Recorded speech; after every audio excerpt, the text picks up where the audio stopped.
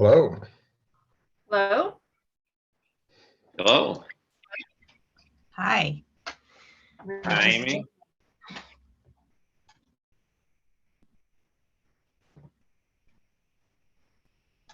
Assume you guys can hear me okay? Yes, we can, Yeah. Amy. Yes. Okay, great. We had to leave our first room and find and join this second room, so there may be a little bit of a delay. Okay. It went a little long too. I about messaged you to say, hey, am I in the right place? All right. Do you want to give it a minute or two then? Yeah, it's climbing. Went from 9 to 10 folks. Maybe 11 folks. Yeah, maybe 20 seconds, maybe. Okay.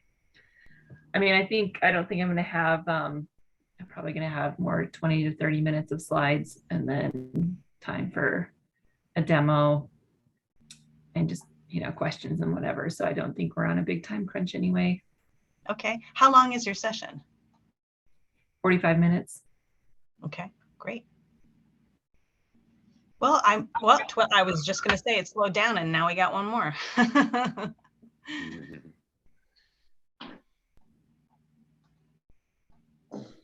And we got one more.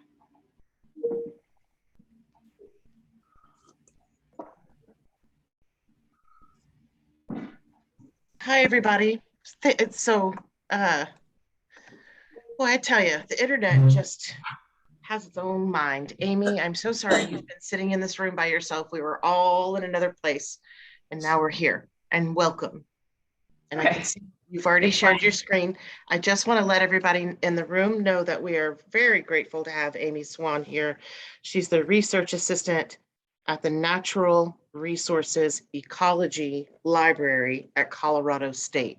And she's gonna, Michelle Perez says that she is the COMET Planner expert. Amy says, that's great, I've got it. I can show you how to do this in 45 minutes. So everybody just hold on. And by the time we leave here, you're gonna have you're going to be able to ask questions, you're going to know where to find this resource, and you're going to know why you want to use this resource. And Amy, thanks for your patience. Take it away.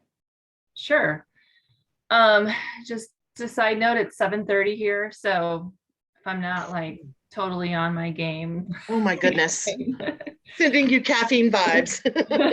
I do have my coffee, so I'm almost finished with it. So hopefully it's kicked in by now.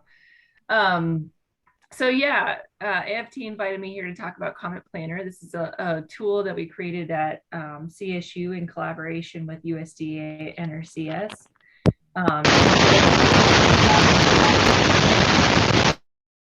To evaluate soil carbon changes in greenhouse gas emissions associated with USDA conservation practices. And after talking with Michelle and Beth and others, I decided to also just add a little information at the front about linking climate change and agricultural management and soil health together. And so I've got a few slides at the beginning on that, and then we'll go into the tool itself, and then we can jump over and actually do some demo. And I've also included a little bit on COMET Farm, not a ton, but kind of towards the end, I'll introduce a little bit about COMET Farm as well. So yeah, as I mentioned, this is a tool that we've developed here at CSU at the Natural Resource Ecology Laboratory. And then this has been a very tight partnership, funding from USDA, and then a lot of close partnership with USDA on the development of the tool. And there's a bunch of folks that work on this. Keith Postian is the professor and team leader at CSU that manages the COMET tools. And like I said, there are two of them. There's COMET Planner, the one that we're mostly going to focus on today. And then there's COMET Farm, which is a tool for more detailed assessments. And we'll get into that a little bit later towards the end. So just kind of zooming back out on climate change, this is something that I think probably everyone in this call is pretty familiar with. I just included this little set of graphs from the Intergovernmental Panel on Climate Change Fifth Assessment from 2014. And it's just kind of like telling us things we kind of know, but when you look at it across these stacked graphs, it becomes very clear. Top one is looking at global average sea and land surface temperatures. You can see this kind of just straight upward trend in the last 50 years or so. This is sea level change. You can also see sea levels increasing.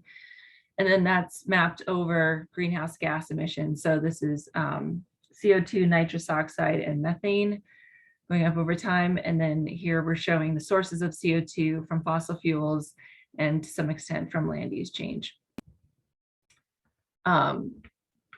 So when we think about managing for climate change, if we want to keep temperature increases under 2 degrees C, which has kind of been the goal that folks have identified as potentially achievable and will limit climate disruption. The only way we can really do that is not just by reducing emissions of CO2 to the atmosphere, but also we need to actually pull down some of the CO2 that's in the atmosphere now. So in other words, we need negative emission technologies. We need to remove carbon from the atmosphere. And there are a number of ways that we can do that. Some of these might be familiar to you, some of these maybe not so much. One of the ones that gets a lot of attention right now is direct CO2 capture. So these are essentially engineered solutions where we can either pull CO2 out of the atmosphere through these processes, or we can generate energy with biomass and then capture that CO2 from that energy generation.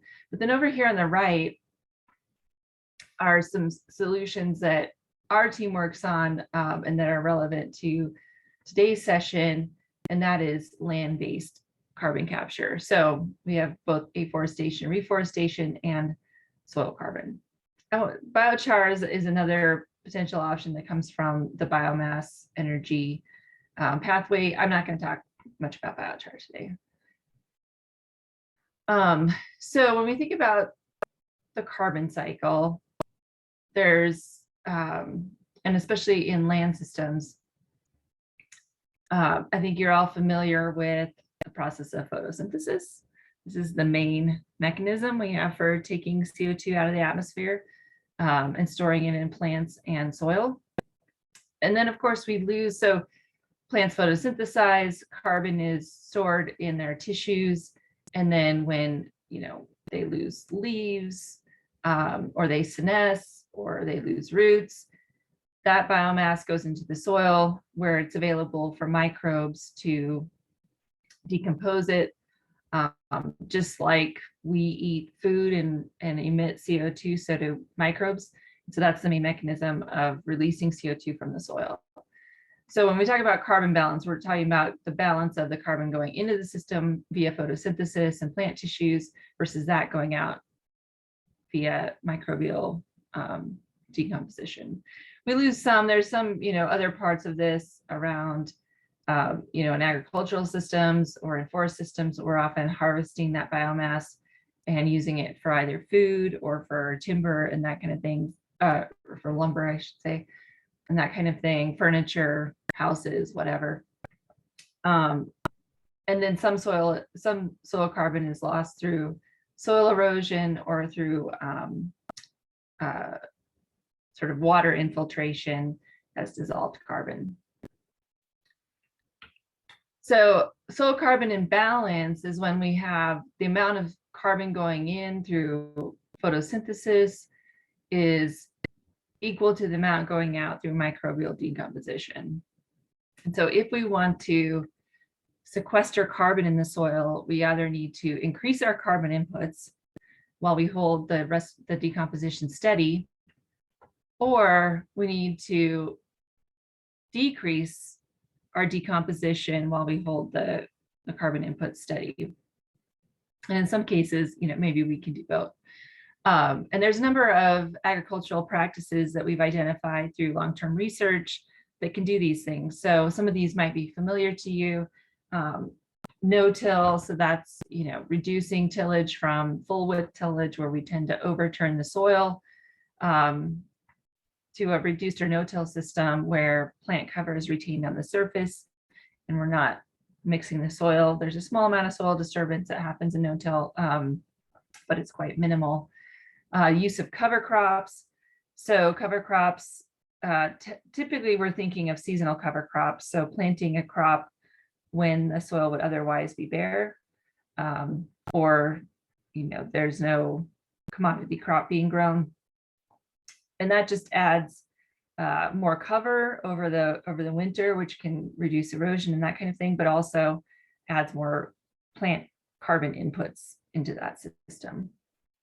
And then the other one is intensified rotations, and this generally means like in more arid systems where I live, we have a lot of wheat fallow. And so intensifying those rotations would be reducing fallow frequency within the rotation. You might also intensify a rotation by having, by including something like a hay or alfalfa crop, a perennial crop of some kind in that annual crop rotation. So in other words, you're basically adding more carbon inputs through increased plant cover. When we look at grassland systems, one of the highest storage potentials actually is converting annual cropland to a perennial grassland, perennial cover. This is much like in the US, and we have a program called the Conservation Reserve Program, and that's a good example of a program that incentivizes conversion of, usually it's targeting less productive croplands and more erodible soils and planting them into permanent grass. And this tends to have a pretty high carbon storage potential. Of course, the trade-off is that you're taking land out of production, and so you want to be thoughtful about which lands get converted into something like CRP.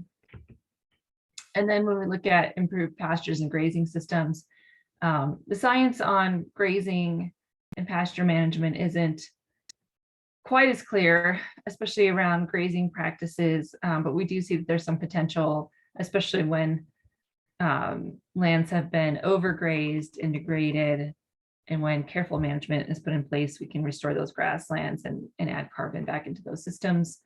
So moderating stocking rates and then doing pasture improvements like seeding in different species. And then there's a relatively new practice that's called adaptive multi-paddock grazing. There's some other names that folks have used for this, but basically the idea is that you have these short intensive grazing periods and then long rest periods between grazings. There's some pretty compelling data on the potential of this practice, although it's coming from, we don't have that many studies, and most of them are from more mesic climates, wetter climates. We don't have much data in drier climates like where, in the Great Plains and in the West. But there's a lot of research happening on this right now, so hopefully we'll know more in a few years. And then there's a few other things like using organic amendments, especially when replacing a portion of mineral nitrogen fertilizer amendments. We can restore soils that have been drained for cultivation, basically re-wetting them and returning them to the more wetland system that they were. And then there's also, I haven't spent that much time so far talking about non-CO2 greenhouse gases. And this isn't, we're not talking in this case about pulling CO2 out of the atmosphere and storing it, but we are talking about reducing total emissions from agricultural lands, and that can be through nitrogen management to reduce nitrous oxide emissions, as well as methane from flooded systems, which tend to be for rice. Okay, so now that we kind of have a handle on how agricultural management can impact soil carbon, we can think about how a number of NRCS conservation practices relate to that. So, NRCS has been promoting a number of conservation practices for decades, but most of them have been focused on addressing other resource concerns. So, like the photos show here, we have some pretty serious runoff after a rainstorm, causing erosion, water erosion down into the ditch. Same here, this is likely in the west somewhere, where we see wind erosion piling soil up on the edge here. And then things like, grassland degradation, stream bank degradation, that kind of thing. And so there are a number of practices that, this is a grassed waterway that they're planting so that we have a channel for this drainage, using cover, usually through reduced tillage to reduce wind erosion, that kind of thing. And now that we found through this other research that these practices that were designed to address these other resource concerns also potentially have significant soil carbon and greenhouse gas benefits. And so a few years ago, NRCS looked at their conservation practices and attempted to rank them by their potential to reduce greenhouse gases or store carbon. I'll show you where this is linked on the COMET Planner website, but I just grabbed one screenshot. You can see NRCS has all of their practices have a code. I don't know how many folks are familiar with the NRCS conservation practice standards, but these are ranked by code, and these are things like conservation cover. So this practice is planting permanent grass in retired cropland. There's some of these that don't so much apply to cropland agriculture. This one is for animal agriculture, which is an anaerobic digester. We can see residue and tillage management for no-till up at the top of this list. And so they had developed this tool, but they wanted to take that a step further and see if we could actually quantify what those benefits are. And that's where we came in with the COMET Planner tool. So the COMET tools, both COMET Farm and COMET Planner, attempt to quantify kind of the full greenhouse gas balance. And I included this little graphic here on the left that's from the IPCC that shows all of the gases in a land use and agriculture system. So we can see the soil carbon cycle here.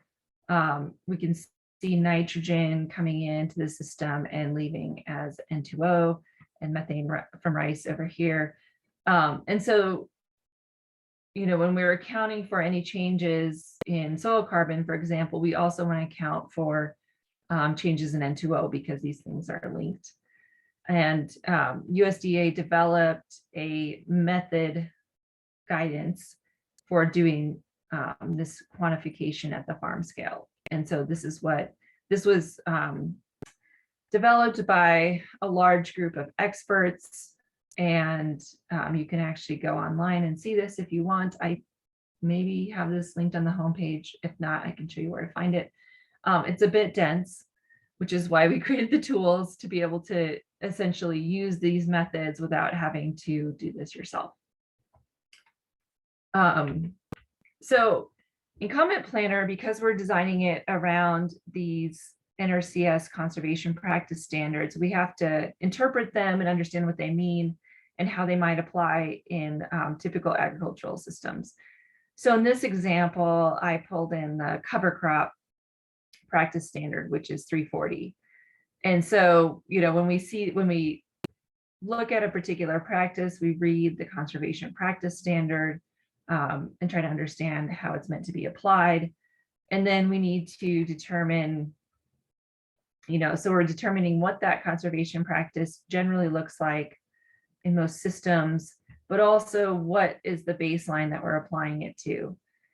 And so in COMET Planner, in this example, the baseline would be an annual crop system without any winter cover. So there would be nothing growing during the winter months. And then we would plant this legume cover crop in the fall and grow through the fall and then terminate it in the spring before the next annual crop is planted. So for all the conservation practices in COMET Planner, we've gone through this process of determining what is the baseline system, what is the conservation practice, and then what does that look like when applied on that baseline system. So just a quick overview of how we actually do the quantification. I didn't include a lot of detail on this, but I'll just give you a quick overview. And if you want to know more, we can go over that. But we basically, this is essentially what we would call a meta model of COMET Farm, meaning that we're doing a bunch of runs in the COMET Farm system and then analyzing them at a regional scale. And so to do that, we created this random point sample across the whole US. And these are, we have a separate set of points for croplands and grasslands. So we targeted these points on existing croplands. And then we use remotely sensed data on annual crop cover, which is the cropland data layer, a product developed by USDA. And so this tells us at any given point what the crop is from year to year. And we have, depending on the location, the whole US, we have 2008 through now. I think the most recent is 2020. In other parts of the US, we have a longer time series. But from this, we can build a crop rotation. And then once we have that crop rotation, we can link it to some USDA databases that provide information on average nitrogen application rates, also things like planting and harvest dates. And so we can kind of build out that agricultural management system for each point. And then once we've built out that system, we run it through what's called the COMET Farm API. The API is essentially, that stands for Application Programming Interface. And it's essentially like a side door into the tool that lets us run COMET Farm without manually entering all the data in a user interface. And then once it's in COMET Farm, we do everything that we would normally do in COMET Farm. So every location has a lat long. We locate that on the map, and from that map, we can pull in the weather data and the soil data, as well as some information on historic management. And then we fill out kind of the current to the future management. As you can see, it's kind of all the typical agricultural management information, the cropping system, tillage, nitrogen management, that kind of thing. So from there, we run COMET Farm. We get all the results for soil carbon and N2O, and there's all the other gases to the extent they're applicable. And then we average those up to these regions called major land resource areas. So these are regions defined by USDA, and they are essentially grouping regions that are areas that have similar weather, similar soils, similar cropping systems, that kind of thing. And there tend to be, they're smaller than states, bigger than counties. So they're, on average, probably like, depends on the place, depends on the MLRA, but it's essentially like, let's say, 5 to 10 counties or something like that within an MLRA. So we get this average emission at that level. And then that's what you see in the COMET Planner tool. So in this example that I'm showing here, this is a map of total greenhouse gas reductions related to the planting of cover crops. So we're going back to our cover crop example. And in this case, this is a sum of the soil carbon CO2 and the soil nitrous oxide. And so you can see there's obviously a lot of regional variation in the impact of that practice, with some of the higher rates being in the wetter, warmer climates, and lower rates in the west, drier climates. And I think this must be, I can't remember if this must be non-irrigated. So then Amy, yeah. Amy, it's Michelle. Could you go back? Given this, our audience today is represented in the Southeast states. They might think about printing this graph out to help them in talking to farmers about the relative locational benefits of adopting cover crops in their Southeast southern states. Could you confer that that's a correct way to interpret that and use this map? Yeah, you know, we don't really have like maps like this available through like the website and things like that. But when you go into COMET Planner, you know, we can kind of do that playing around where you look at one county and then you kind of look at another county and see what those benefits are. Although actually AFT has taken these results and put them in a map. So you could take, what is that called? Our Farms Under Threats report, is that what you're referring to? Well, there's that I think is more on, that's a little bit different. Although I was actually a reviewer on that, so I'm pretty familiar. It's the, oh shoot. Jennifer Casera was working on that. It's, Okay. I'll come up with it. You guys, Okay. but you guys Great. have a little mapping tool that actually took the COMET Planner results, and you can do that kind of thing where you look at, you can choose a different practice and it'll map out those results. So that might actually be the best thing to share if you want to see that spatial component. Sure. I guess I just got really excited. My interpretation of this map is that our folks in the audience representing easement staff who are trying to encourage cover crop adoption could say, you know, from, you know, in general in the Southeast, your adoption of cover crops has a relatively greater amount of, you know, CO2 emissions reductions than say out, you know, in the West. So it's, you know, great opportunities to help do ag's part via cover crops. For sure. Yeah, you know, the cover crops obviously tend to do better in places where it's a little warmer and a little wetter during their growing season, which is a big challenge in the West.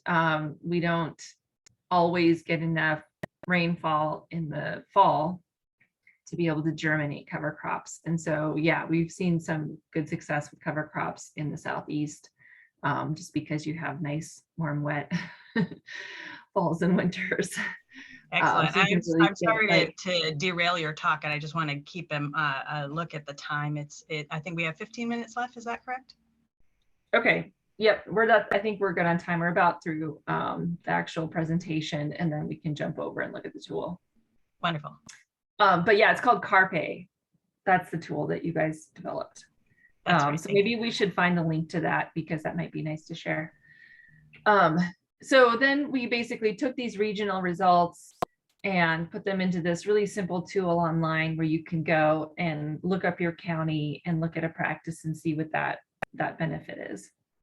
So in this example, I chose Dooley County in Georgia. And then in this, let me see, get my mouse over here. We'll go through this on the tool as well. We've divided this up into these classes of conservation practices just to make the selections a little bit easier. So in this case, I selected cropland management. And then we go in and select our NRCS conservation practice standard. Sticking with the cover crop theme, I choose cover crop. And then, oh, maybe I didn't update this. I thought I actually selected non-irrigated, but anyway, you select your implementation. This basically just means, you know, we've provided a few different options for many of the practices. For one, to choose it on irrigated versus non-irrigated cropland. In this case, you can choose between a legume seasonal cover crop versus a grass seasonal cover crop. And then we basically go down to this little results panel. All you do is enter your acreage, and then we generate those emission benefits on the fly. And then you can download the results to a report, and I'll show you a few other things on the website. Just another thing quickly to point out about this. So this is what I was talking about, the importance of estimating all relevant greenhouse gases. In this case, because I added a legume seasonal cover crop, which fixes nitrogen in the soil, we actually see an increase in nitrous oxide emissions. However, that increase in nitrous oxide emissions does not outweigh the benefit of the soil carbon storage. And so on the net, you know, we're still storing about 47 tons of CO2 equivalent per year over this 80 acres.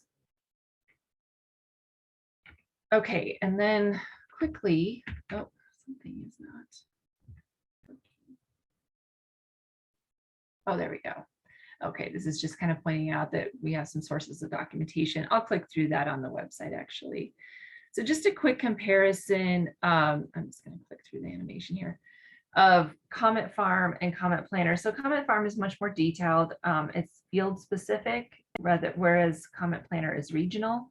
But it's very similar in that in both cases, you're doing conservation scenario analysis and comparing a baseline to conservation practices. However, in COMET Farm, you can compare multiple conservation practices against the same baseline and compare them to each other. So this is where you want to go if you want to do something that's very specific to your own field. And if you want to compare a lot of different potentially iterations of conservation practices or, sort of your own implementation of those conservation practices. COMET Planner is a set analysis. We determine the baseline, we determined how the conservation practice is deployed, and then we can generate a practice benefit from that practice. So like I said, COMET Farm is very detailed and field specific. It's very flexible. You can do almost anything in that tool. You need a lot of information, however, so it takes much longer to do a COMET Farm analysis than COMET Planner. You can download all your results, you can create an account, come back, do your analysis later, all that kind of thing. COMET Planner is not field specific. It's these regional average estimates that are tied to a conservation practice. The baseline is fixed. You can't go in and change that. But the benefit is that it's very quick and easy. All you need to know is what county you're going to look at and what conservation practice. You can download a report. You cannot create an account and save a project and come back to it later. So the contrast here is really, COMET Farm is a more detailed, specific analysis, but it also requires more data and more time. COMET Planner is a more average, generalized analysis, but it's a very quick and easy assessment. This is just a quick look at COMET Farm. I'll share the link in a couple of slides. If you're interested in learning more about COMET Farm, I would encourage you to go to this help tab at the top of the page. And then we have a bunch of, we have weekly trainings that are open to anyone that's interested. And you can just click on the event in the calendar and sign up for a training. You can also go look at tutorials. There's some videos linked here, all that kind of thing. So this is really like where you want to go to get started learning more about COMET Farm. Okay, now let's see if we can jump over to a demo. So these websites are pretty easy, comet-planner.com and comet-farm.com. And I'm sure we can share these with everyone in another way. Now let me get the tool up. Okay, can everyone see that?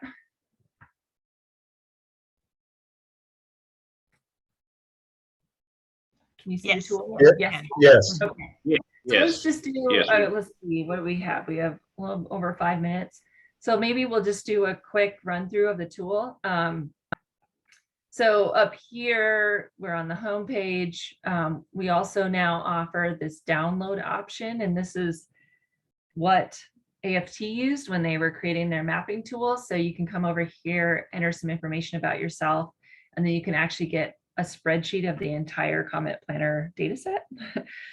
It's kind of large. I think it's somewhere around 200 megabytes and a giant Excel spreadsheet. So just know what you're getting into if you decide to download that, but it's available for anyone who wants to use it. On our help here, we just have some stuff on how to use the tool.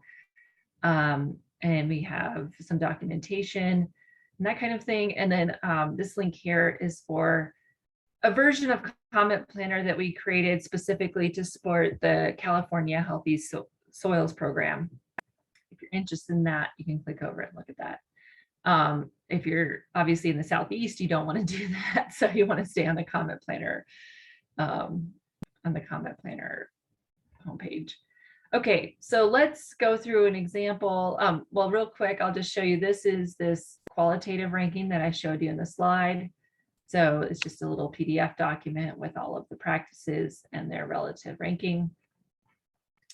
Let's go down through and do an example. So how about somebody tell me a state and county that you want to look at?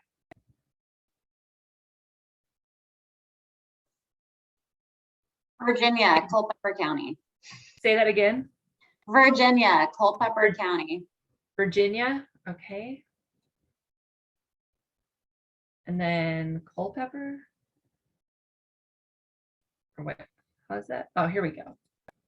Okay, and then let's look at, we can look at a few practices. So maybe we'll stick with our cover crop example just to keep it consistent. And we'll say legume seasonal cover crop, but non-irrigated cropland. And then let's say we actually want to do a cropland to herbaceous cover. So something like, there's a number of these practices that NRCS supports, but let's say field border in this case. So we're basically converting a field edge to a border with permanent, let's say permanent grass cover. So converting strips of non-irrigated cropland to permanent unfertilized grass cover. And then we go down here and we'll say, let's say 80 acres again. And these are typically going to be much, much smaller. Probably 5 acres is too big even, but we'll just put 5 acres in. So you can see as you enter these, they calculate on the fly and we get the total GHGs for each practice, as well as the total for that whole system, or for all of the practices that we look at. You can add basically as many practices as you want. You cannot look at more than one county at once. So if you switch counties, your results get cleared and you do it again. A few things to note here. So this is something that people are often not familiar with, which is carbon dioxide equivalents. So basically we have a little info here for folks about what a total CO2 equivalent is and what the units are. You can also get some documentation on these practices. So if you click on the practice name, you get a link to the NRCS Conservation Practice Standard. Sometimes they change these links, so we always try to keep up with them, but sometimes they will be broken. Just let us know if they are. But if we click on that, we get over to the NRCS website and all the details on this conservation practice. And then we also created these little one-page summaries, and what these are our interpretation of that practice. So what we assumed in the baseline and what we assumed for that practice, and then just a brief note on how the quantification was done. So some of these things are pulled out of the conservation practice standard, and then we give a short description of what was assumed in the baseline and in this conservation adoption, and then a short note on the greenhouse gas estimation methods. So those are just some kind of helpful documentation pieces. You can download the report here with this button, and this just generates a PDF that you can save for future reference, or if you need it for some type of reporting or something like that. I didn't give this project a name. I guess that was a bit of an oversight, but you might give your little project a name, and then it keeps the state and the county and the date that you created it, as well as all the greenhouse gas emissions. Down here, we just have a little bit of documentation on how these estimates were generated. So there's just a very brief description here of the quantification process I went through in the presentation, but we have everything in this COMET Planner report. So this is not to be confused with your results report. This is really the documentation for the whole tool. It's a PDF. If you click over here, you can get all the details on how the estimates were generated. So here's our estimation methods. Go through all the details here. Here's a description of this methods document that I talked about and a link to it. There's a lot of detail here I didn't get into, but you can go look for yourself. And then we get into the conservation practices and a little bit of an introduction into why these practices were included and what effect they have. And then we go practice by practice. These are all the one-page summaries that you can also link just from each individual practice, but they're all here in this document as well. So if you want to know more details, this is really the place to go. And then we show down here just the per acre emission reduction coefficient. So you can see, you know, the sort of raw data here. And then below, and we also have this detailed emission reductions. And basically what this is showing the emissions by what we call greenhouse gas source categories. So these are categories required by the Intergovernmental Panel on Climate Change for greenhouse gas inventories of agriculture and land use systems. Most of these are going to be, a lot of these are going to be blank because we didn't include that management in these scenarios. So for example, for our practices, we do have estimates for soil carbon CO2. We do not estimate biomass carbon in non-woody systems. We did not generate a fossil CO2 emission change. Potentially could, it's kind of difficult to do with a practice like that. We did not burn anything in this scenario, so we don't have any emissions for biomass burning, nor did we use liming. We do have emissions for direct soil N2O and indirect soil N2O. And then we don't have any soil methane emissions here. But you can see, you know, for some of these, like if I was to do a woody system, we would also have an estimate here for biomass carbon. And then we of course have our totals over here. And then we do try to estimate where it's possible anyway. We don't have what we consider like an actual uncertainty estimate, but we do try to provide folks an estimate of the kind of range of values that they might expect in their region just due to variation in climate and soil and cropping system. And so that's what this minimum and maximum total emission reductions include. Hey, Amy, we're at 10:17 and Okay. kind of biting into these folks' break. Yeah. I can tell you know so much about this tool that you must dream it. It's amazing how in-depth you are with this, and it's so good.